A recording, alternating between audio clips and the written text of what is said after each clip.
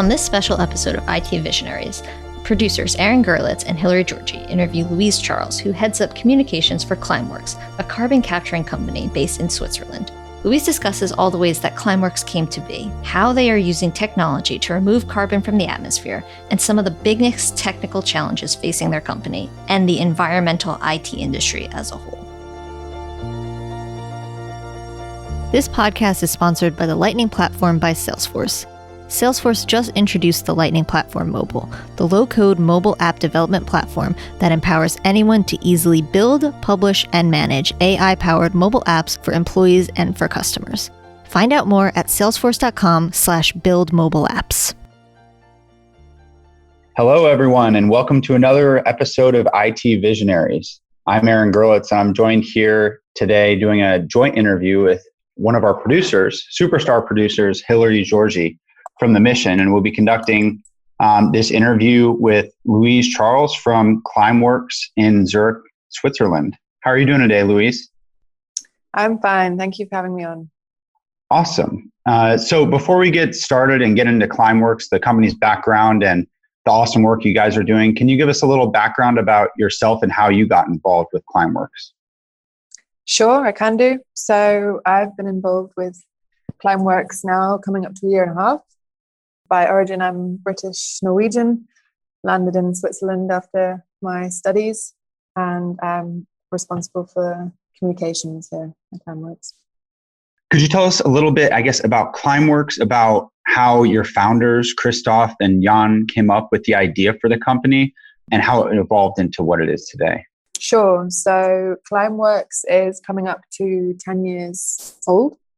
So it was founded in 2009 by Jan Wurzbacher and Christoph Gebold. They actually met on the first day of their studies at ETH Zurich. That's the Swiss Federal Institute for Technology here in Switzerland, and ended up doing their master's and then their PhD theses on the topic of direct air capture.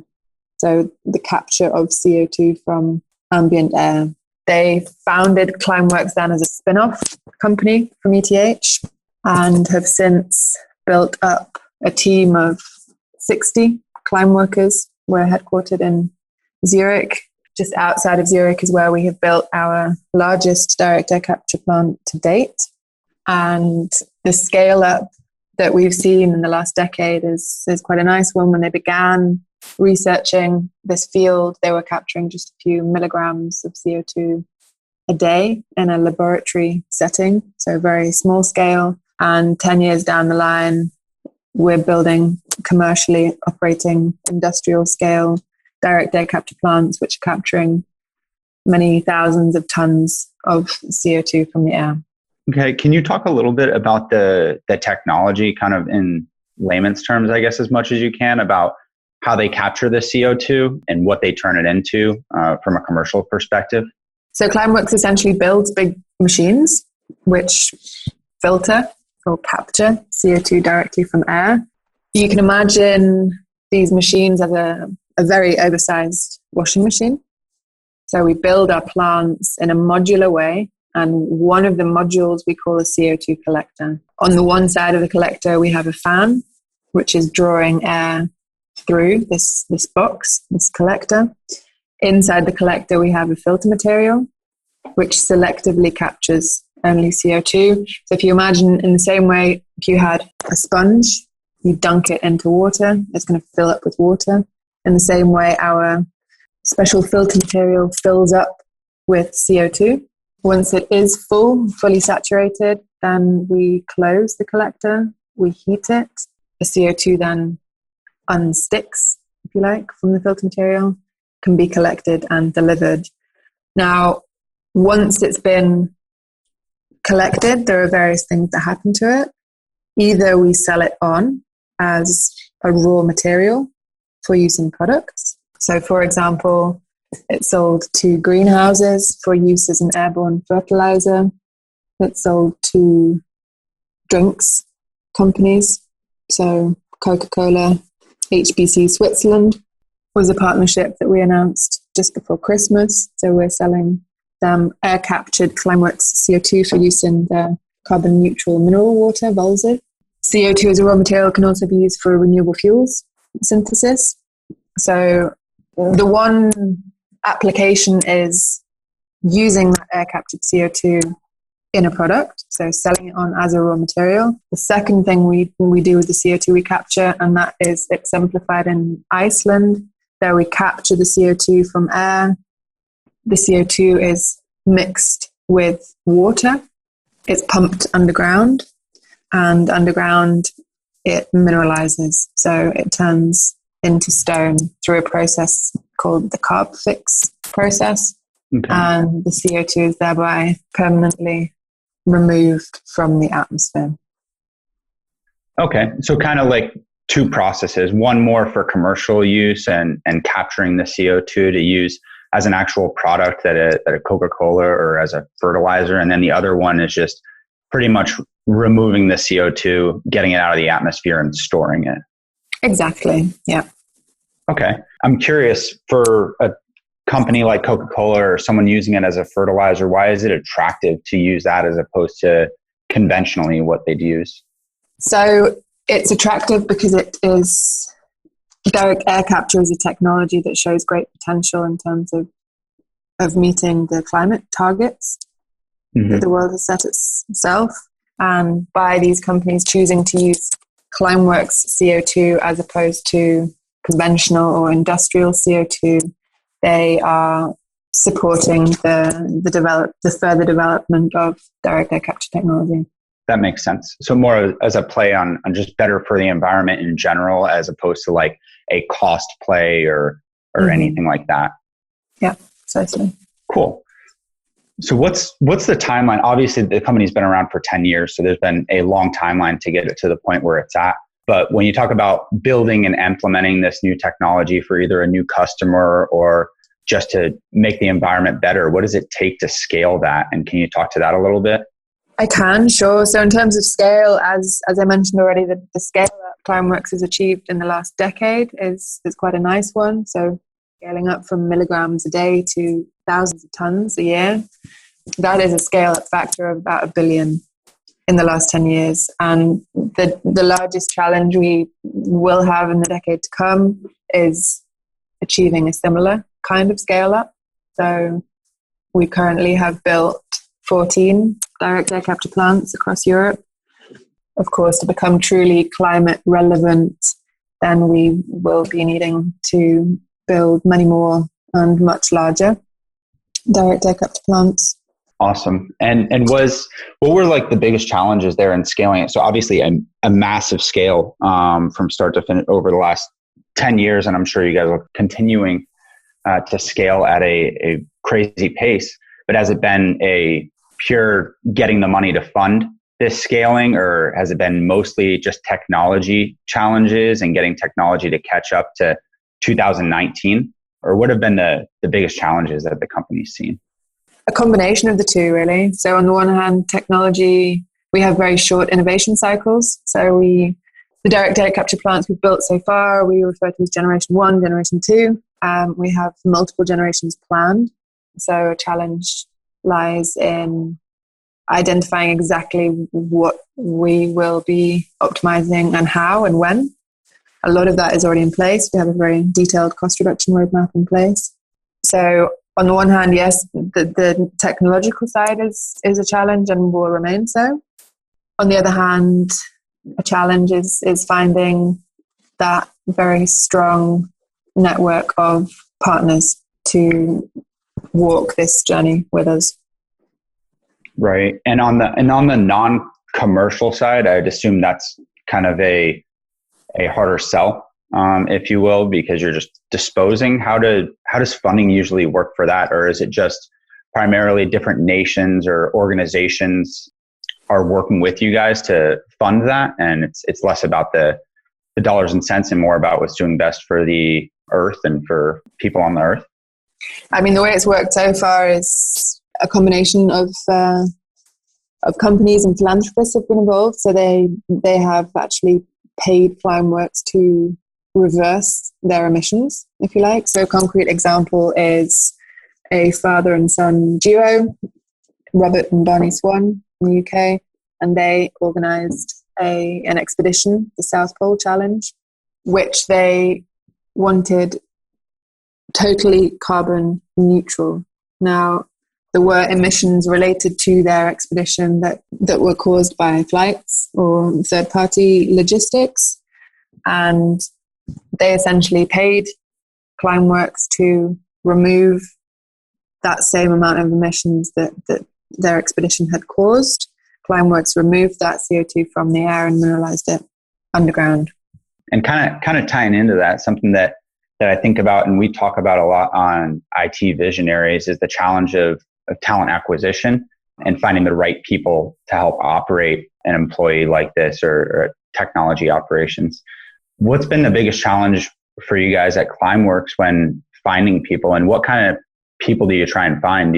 Are you looking for engineers, more people on the software side? What kind of basic talents are you looking at when it's a organization that probably, I don't know many direct air capture organizations. So how do you find the right people to help you operationally and for implementations?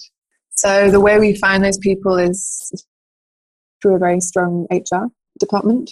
We have a few core values at Climeworks, and one of them, the first one, is actually Climeworker. So the employees that we have within Climeworks.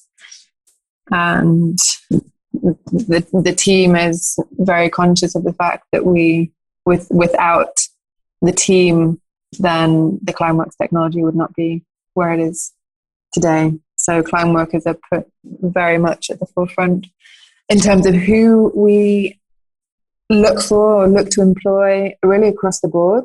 So we're 60 employees currently. Mm-hmm. We have various departments. So a lot of them, of course, are engineers working on the engineering side with an R&D. We have a marketing and sales department. We have a finance department, legal, HR. So we're growing in a traditional sense, if you like. Awesome. So I'll break a little bit. I realize I've been the one talking the most of the time. Hillary, at this point, I got a couple more questions, but do you have any questions you want to insert? Anything that you're thinking about? Definitely. I would love to know, recently, like Bill Gates came out with an article, or he had a list of things, breakthrough technology companies, and he mentioned Climeworks as one of them. And you guys are clearly leading the industry in what you guys are doing with this carbon capturing. How do you keep innovating? You talked a little bit about kind of the progress that you're making and the cycles that you go through. So how do you focus, and where does that focus come from? So to distill that question, how do we keep innovating? There we work on these very, very short innovation cycles. So we aim to be bringing out a new generation of our direct air capture technology on a regular basis. So thus far, we've brought out 2 generations, and further generations are planned. We have regular, called design sprints. There are lots of strategy retreats and workshops dotted throughout the year to make sure the team is all on track. Everyone's working towards the same goal, and that's worked very well so far. What kind of direction is given during the sprints? Like, are the Climeworkers kind of coming up with ideas as a group? Are they being led by the founders? Like, what does the innovation cycle look like? Who's driving the thought process? A combination of the both, really. It depends what the workshop has for a goal. But of course, our executive management, including founders, they're heavily involved in all Climeworks processes, and they are the visionary minds behind the whole company. So it's driven really by their vision. Switching gears a little bit, I'm curious about the tech infrastructure behind the plant. Like, what kind of systems and processes are used to make sure that the plants are running smoothly, that everything is working the way it's supposed to be working? Like, how much time and effort goes into just making sure that like your systems are running, and how many people or computers or processes are behind that? So we build our plants in a way that they can be remotely accessed. So once the development phase is complete and the plant has been constructed, then we essentially are able to monitor it from afar. So of course we have engineers regularly on site to check that operation is as it should be, but a lot can be done remotely. What does that look like? What kind of processes are your engineers looking at when they're checking in on a plant remotely? Like, what kind of things are they seeing? Is it like how much carbon is being captured, like where they are in the process of being captured? I kind of take me through the steps, if you would, of what it looks like to make sure that the plant is running the way it's supposed to be running. You covered the basics, really. I mean, they nailed it. I can work for Climeworks. Yes. Yeah, like further exactly what they look at. I can't disclose too much of really what happens inside the CO2 collector is patented and confidential information, but they are essentially high level that they're checking that the collector is filtering or capturing as much CO2 as it should be. We also, depending on where the CO2 is then delivered afterwards, so for the beverage industry, for example, we have systems in place to check that CO2 is high purity enough, high concentration enough, that it is food grade or beverage grade CO2 that is safe to be used in those industries, or high quality enough to be used. What goes into the process of making sure that happens? Like, how do you know, and how much research went into like being able to convert like carbon from the air into carbon that can be put into a drink? There's obviously science behind it, but what's the tech behind it is my question. Sure, lots of different technologies. It's quality management, essentially. There is liquefaction, there is purification, there is compressing. It depends who the CO2 is delivered to and in what form, because we deliver it either in gas form, like to greenhouses as airborne fertilizers, or liquefy to the drinks industry. Mm-hmm. So really depending on the setup, depending on the customer, thus far every plant has been bespoke. Awesome. Aaron, that's it for me. What do you got? Cool. So I just really wanted to close out before we get into our lightning round questions around what overall would you emphasize to our listeners about the mission of Climeworks and the real impact that you guys want to have the world long term, whether that's over the next 10, 20, or 50 years, and how you see Climeworks evolving? So in the next 10, 20, 50 years, really the ultimate goal of Climeworks is to help halt or even reverse climate change. So to be able to scale our direct air capture technology to a scale that is truly climate relevant. Awesome. It's really cool. I don't think we talk to a ton of companies that have that type of mission, and that type of mission that will affect everyone listening to this and our children and grandchildren. So it's kind of awesome to talk about this stuff and understand it even at the surface level, just what's going on, because I personally had no idea that companies like Climeworks even existed. That's good talking.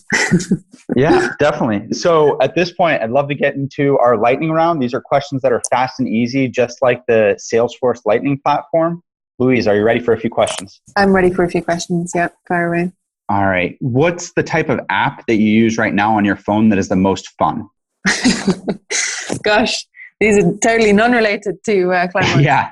The app that I use that's most fun, probably WhatsApp, so I can keep in touch with loved ones. Okay. Cool. What's your favorite time-saving tool? These are difficult questions. Time saving, probably good time management. So proactive efficiency. So I get things done in a free time. Cool. Do you have any favorite sports teams that you follow over in Europe? Roger Federer, tennis player. Okay. Awesome. I don't think we've gotten that one before. Favorite podcast or recent book that you've read? Recent book would be Homo Deus. favorite content or show that you're watching right now? Difficult. I don't watch TV. That works then. We can go to the next one. Please.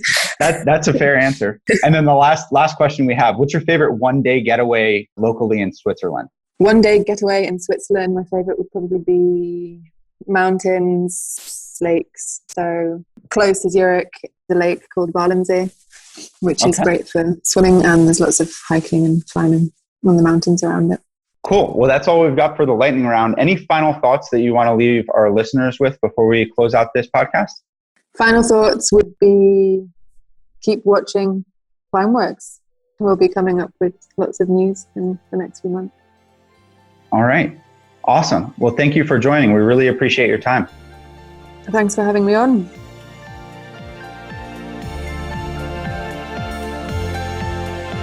Thank you again to our friends at Salesforce. IT Visionaries is brought to you by the Lightning Platform by Salesforce. Salesforce just introduced the Lightning Platform Mobile, the low-code mobile app development platform that empowers anyone to easily build, publish, and manage AI-powered mobile apps for employees and for customers.